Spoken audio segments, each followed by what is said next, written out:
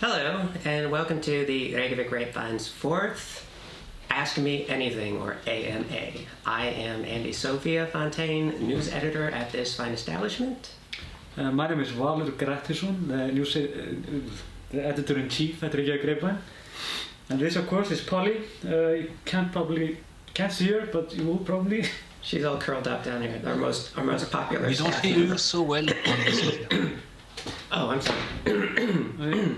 Perhaps it's the sound here. I have a little thing in my throat today, sorry.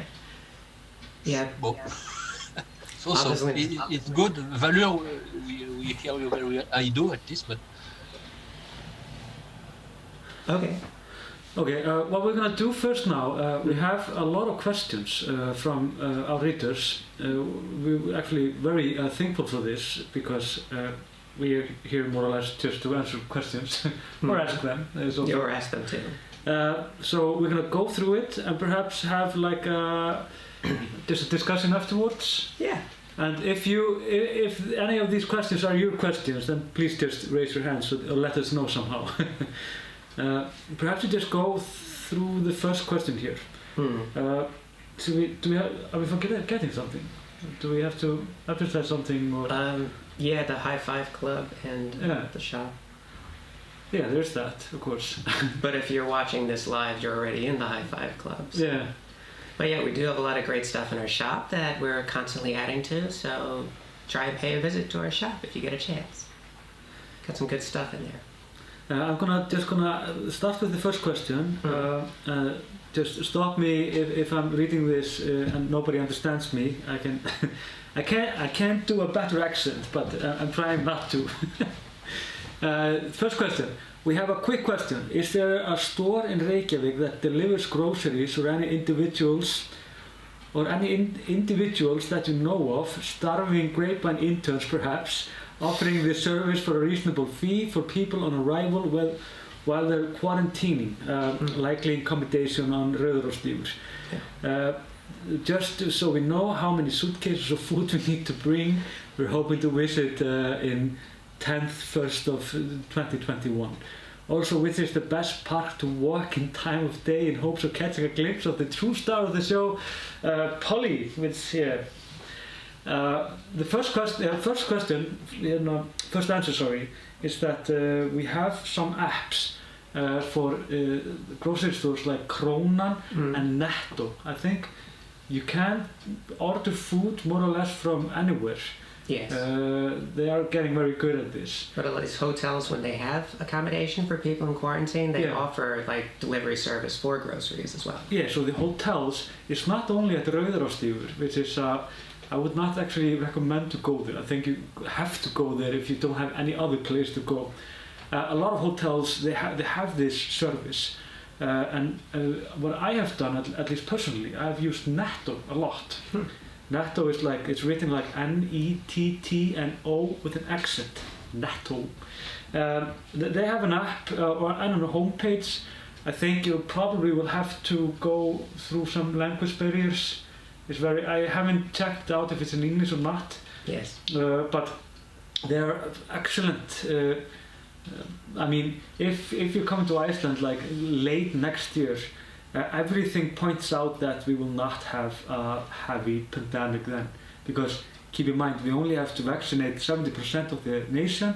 70% of the nation is what, like 150,000? 200,000? Yeah, roughly 200,000. 200,000, yeah. So it's like, and we could possibly all be vaccinated in Iceland before next summer. So I think... Although if I'm understanding this question correctly, if the date might be the 10th of January rather than the 1st of October. Ah, yes. Yeah, then this definitely applies. Then I would start off saying that you should go to Netto. Sorry. Valur, I don't think we can hear Andy very well. We can hear you very well, but not Andy. Okay. Yeah. Do you want me to raise my voice? Agree? Yeah? I can sit closer to the tape. Perhaps perhaps it's I think they hear us through this. The switch. Okay. No? No. Artist laughing at us like, what are you doing? do you still hear me good or? I can hear you, Valur, yeah. Can you hear me okay? Does my voice come through at all? Not so well. Weird. Oh, okay. That is truly odd. I'll let our director take care of this. Okay, brilliant. Nato, there is, yeah. Yes. Do you have anything to add to it? Aha.is as well? Okay. Like AHA. Yes. Okay. AHA.is. It's basically like a conglomeration of everyone who delivers in Reykjavík overall, and the site itself offers their own occasional special offers. It's a good place to order food from. If you don't know what to pick and you don't want to go through a bunch of different tabs in the phone directory, you can just go to this one website and look at what's on offer. Okay. And of course we have Domino's and like simple stuff like that. Yeah. So that's pretty, they know what to do. Mm-hmm. Then to the next one. Leanne, bring out the UK subscription plus Jupiter, and I'm definitely in Fox. Yeah, sorry, I'm still in the first one. Yes, Sveinbjörn, our art director, somehow answered this. So, next one is, this is just embarrassing. Well, I'll skip that. Well, you can read it. That's better. Okay. This comes from John Whiteway of Winnipeg, Canada. I love Valur Grettisson's walk through Reykjavík and areas outside the city. It's a great way to learn about life in Iceland while listening to his friendly banter and news. I am too always impressed by the filming of these sequences and would love to know a bit about how the cinematographer does what he or she does. Okay. The shots are always rock steady and remain clearly on Valur Grettisson, even when the cinematographer is obviously walking in his direction, that is, walking with his back to Valur. Is the answer the use of a gimbal? I don't know what a gimbal is. Yes, we're using gimbal. Artist, definitely brilliant in what he does. He is not very fond of being in front of the camera though, No. like you have perhaps noticed. But he is, of course, he has been a photographer for decades now, right? Mm-hmm. Although he's a very young man, he's like he's close to his 50s, but he is incredibly talented photographer, and we are very lucky to have him. Mm-hmm. And I often said this actually as an editor-in-chief in the only English-speaking newspaper in Iceland, is that we are so lucky that we get very incredibly talented people often to help us and work with us. Mm-hmm. And Art is definitely one of these characters. Absolutely. So you can sometimes catch a glimpse of him in in our magazine. We have pictures sometimes of us. And he's either as a robot or he is in a suit like James Bond. Yes. Because we often call him the man of international mystery. Mm. Because nobody really knows anything about him. So, next one. I have a question, but perhaps it's rather a question for Þórólfur Guðnason, which is our top epidemiologist. Imagine that the whole Icelandic population has been vaccinated in a couple of months, and a visitor without vaccination from abroad comes to Iceland. Will that person still be obliged to be tested at the border or even have to quarantine for 5 days? It would be good to know in order to plan my stay in Iceland in July 2021, because vaccination in Belgium will take a very long time, especially for the middle-aged population. Let's hope that is not entirely correct though. Both for the middle-aged people, which is probably higher in the priority than younger people. Also, I think you could definitely expect to have to quarantine, yes, if you haven't gotten the vaccination. I think next year, although we get the vaccination, we will still have restrictions for everyone else, right? I mean, we're not privy to what the Ministry of Health is planning, unfortunately. So, as you say, this is maybe a question for Þórólfur, but if you want, I can forward this question to him and ask. It's a small country. Maybe I'll hit him up on Facebook, slide into his DMs. And also, he probably doesn't know the answer yet himself. They haven't taken any others. They literally think in steps, like in months. So when it comes to this, the next moment they will take any new decisions is it 12th of January. Nothing will change until then. and the country is relatively closed. Like you have to quarantine, take shots before you come here.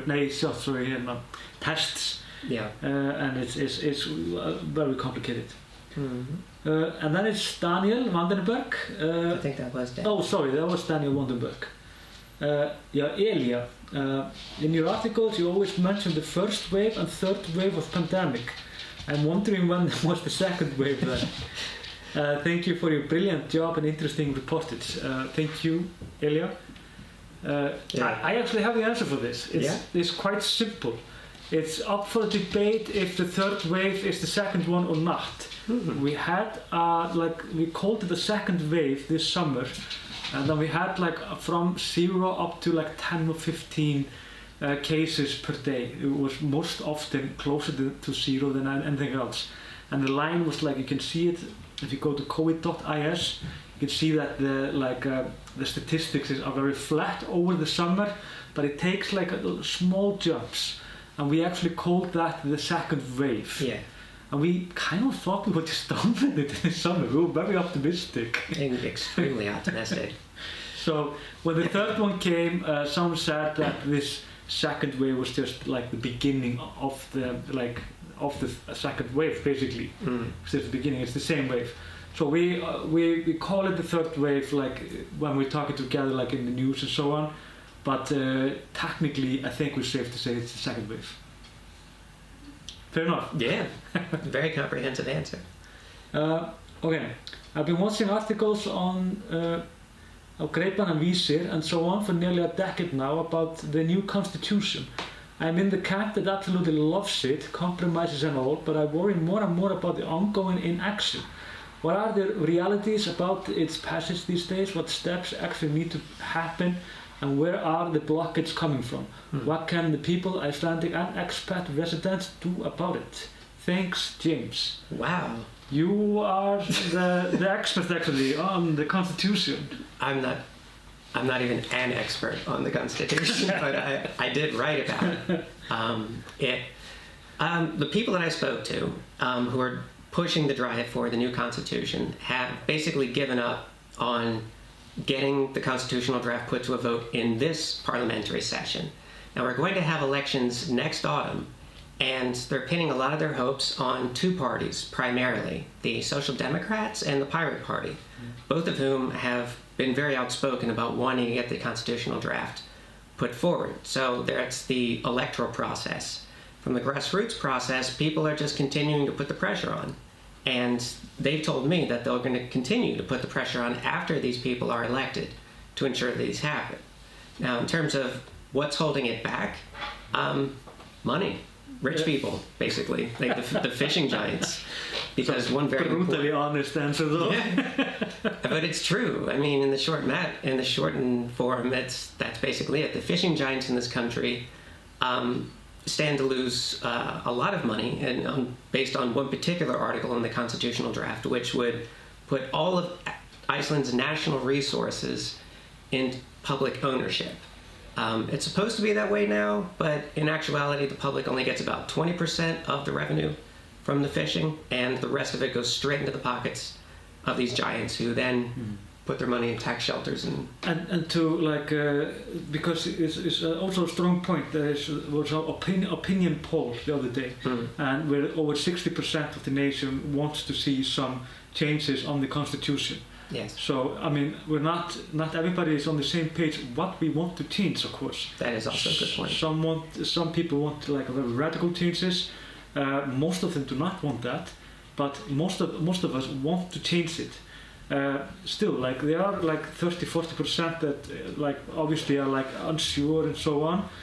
And I think it's interesting because it's such a delicate procedure to do this, and you have to do this in a way that everyone can be in some ways happy about it.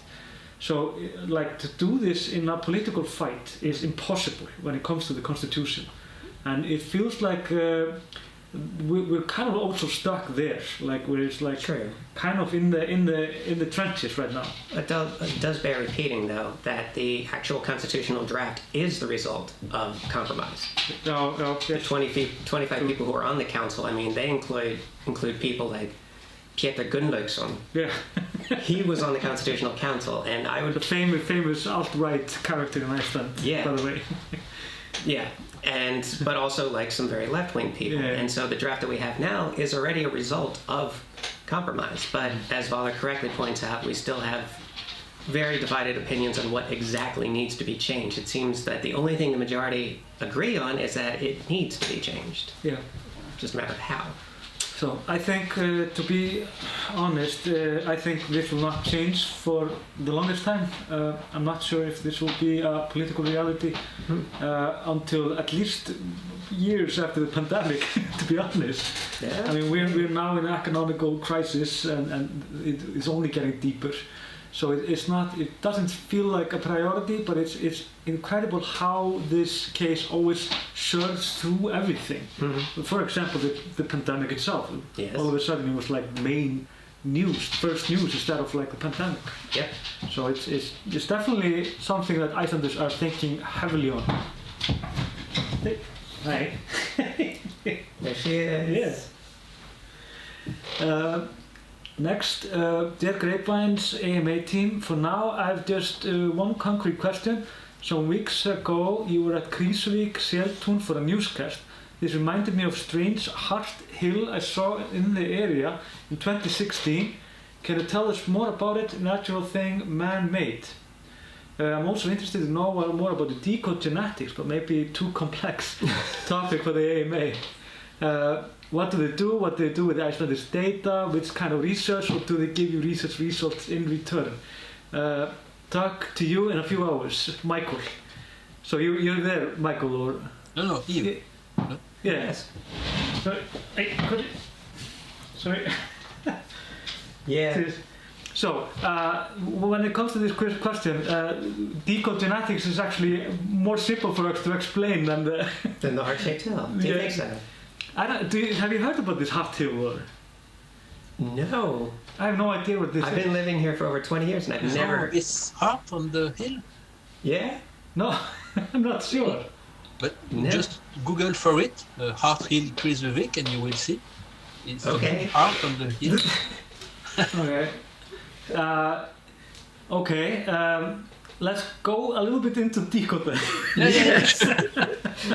Sorry about that. I thought everyone knew this Hart because it's really big and you can see it from the road. So I'm pretty sure it's not man-made if it's there. I mean, it's like not many things are man-made there, I guess. But when it comes to decode genetics, then of course.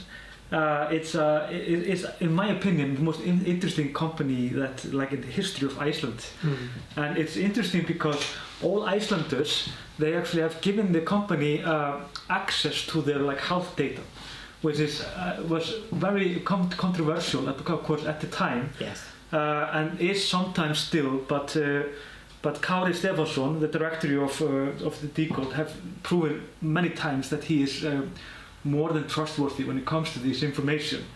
And they uses this information to like find they're trying to find of course the cure for like Alzheimer, what do you call it when you shake Parkinson, yes. And more things like this.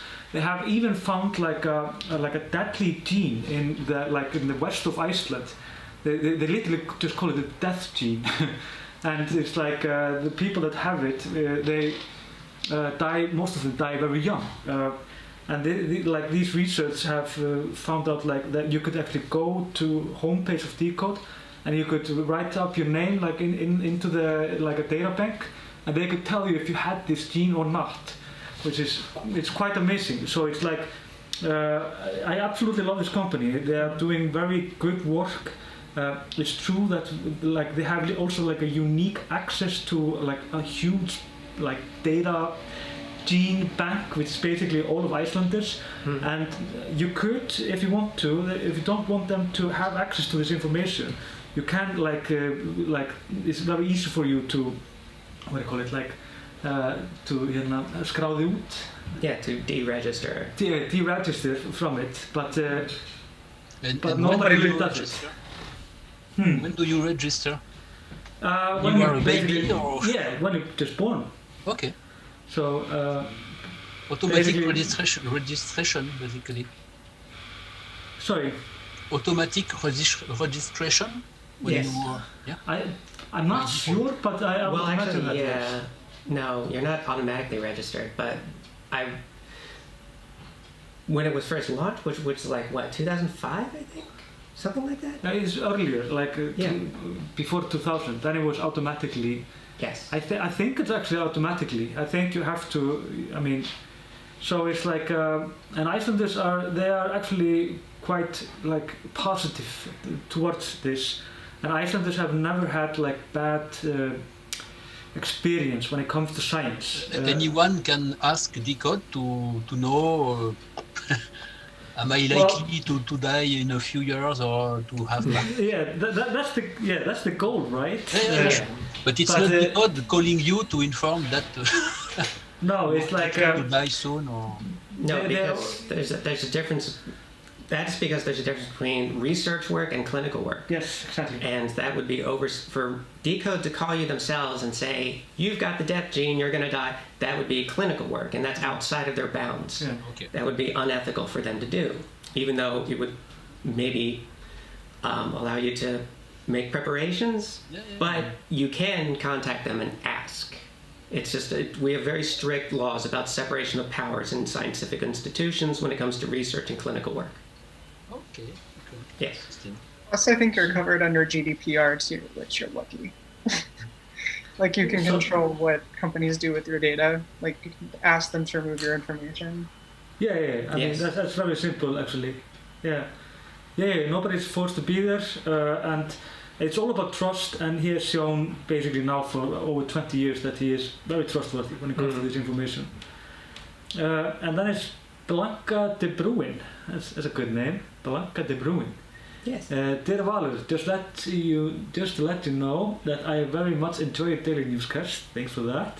I adore Polly, we all do.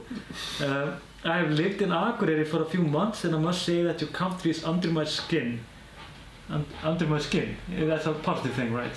Depends on the context.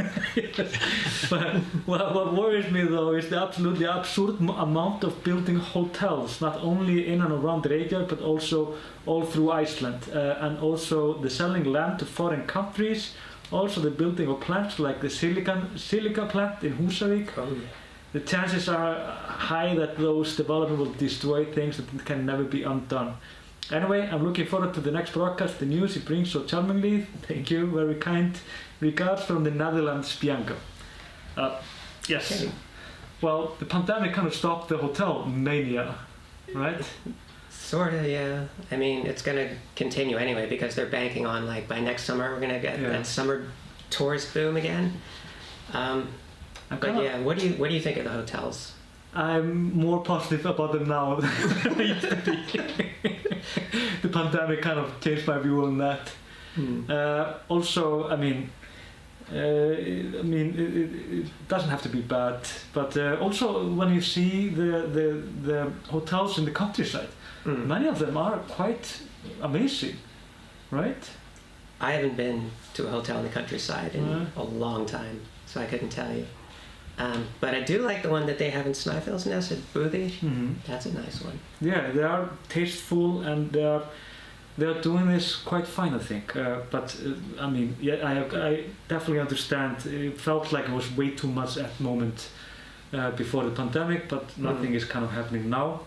Also, the silica plant in Húsavík, I'm not sure if that's going to happen. It was a mess in Helguvík in Reykjanes, close to the international airport. They had to close it down because of pollution, and it was a political mess also, which is kind of this perfect storm to close a factory, I guess. Even the manager there was charged for like what do you call it, fjordrátt, Embezzlement? Yeah, embezzlement and so on. So it was, I'm not sure how they're going to do it.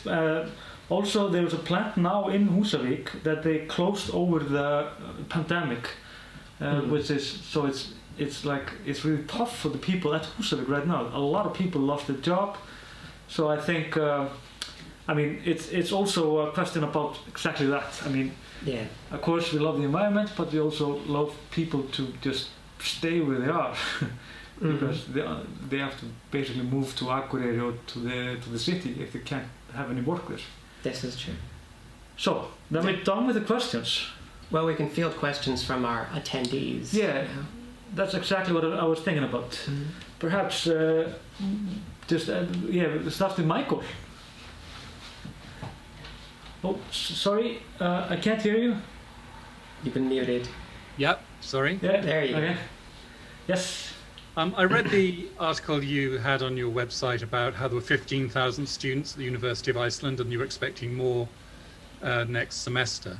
I wondered where they all lived. Is there an area that's kind of a student area in Reykjavik? Yes. Yes. There is. There's dorms close to the campus, and recently, just south of the actual campus itself, they've built a lot of student housing there. But some people will just opt to rent rooms in town.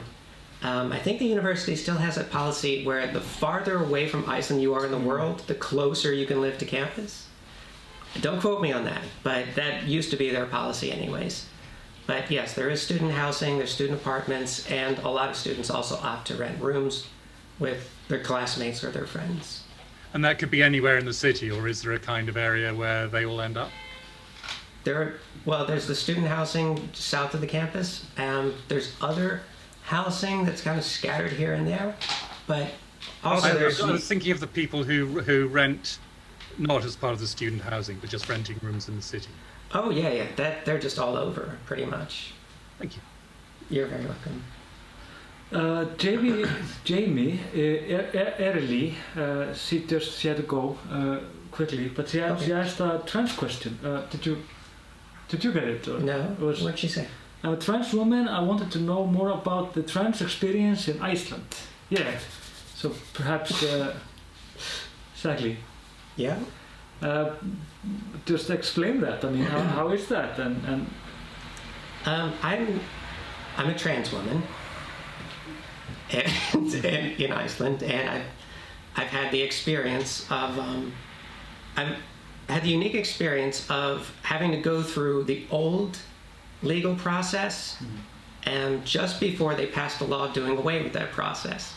The way that it used to be is if you decided that you're trans and you want to start hormone replacement therapy or HRT or get surgery, then you would have to, pardon me, you would have to go to a series of interviews, typically one interview a month with psychologists and social workers and psychiatrists, where they would just basically ask you a bunch of questions about, like, are you sure about your gender identity? And how long have you felt this way? And what do you want to accomplish? And it's a process that takes 6 months. You pay out of pocket each time that you make a visit, which costs roughly 10,000 kroner. And at the end of it, you're then a certified tran, and you can get your HRT and you can get your surgery. But in 2019, they passed this law wherein you don't need to do any of this anymore. All you need to do is you go to a doctor, usually an endocrinologist, because it's hormone replacement therapy. And like in my case, I asked to start estrogen and to get testosterone blockers and then to have surgery, an orchiectomy. And that was all just, yeah, no problem. And that was approved. In terms of changing your name and your gender marker, that's an application that you file with the National Registry. And it's about 10,000 kroner to change both of those combined. So that's the legal aspect. But in terms of the social aspect, I would say that Iceland is probably the best country in the world to be trans. My wife is also a trans woman, and we're both originally from the US. And the fact that I can walk down the street with my wife holding hands, something that like any couple should be able to do, cis or trans. I can walk down the street holding hands with my wife and I feel safe. I've very seldom gotten any sort of verbal abuse. I mean, it happens from time to time, but not that often.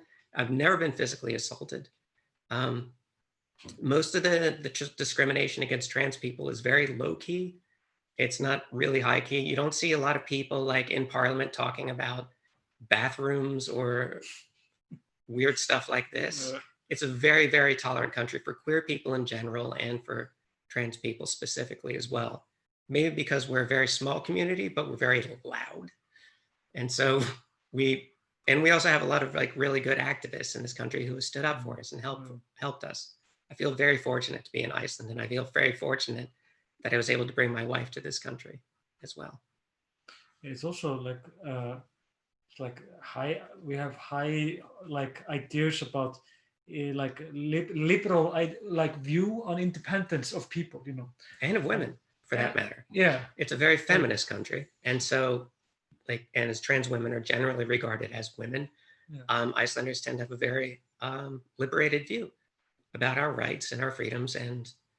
But I mean, again, like, it's not a paradise. There's always going to be reactionary voices, but if I were given a choice between staying here the rest of my life as a trans woman and going back to the United States, I'm going to stay here now.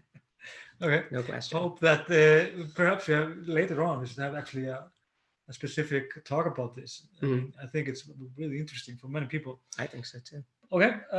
Who's next? Sorry, was it Michael again or Yves? Are you good, Yves? No, nothing more. Okay, brilliant.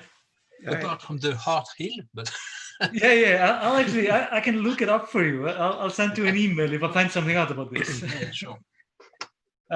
No, but yes, I think this is kind of like it. I need to go home and pick up my kid before everything closes. Yes. Everything is kind of weird when it comes to time, and the darkness is here. Well, it's quite bright outside though. And I want to. What was her name again? Jamie Erili. Jamie. I want to ask Jamie about Jamie. Can you email me Andie Sophia at grapevine.is, because I have a couple of questions for you as well. I think we should be in touch. Yeah. So in the end, I just want to do you want to add something to it? No.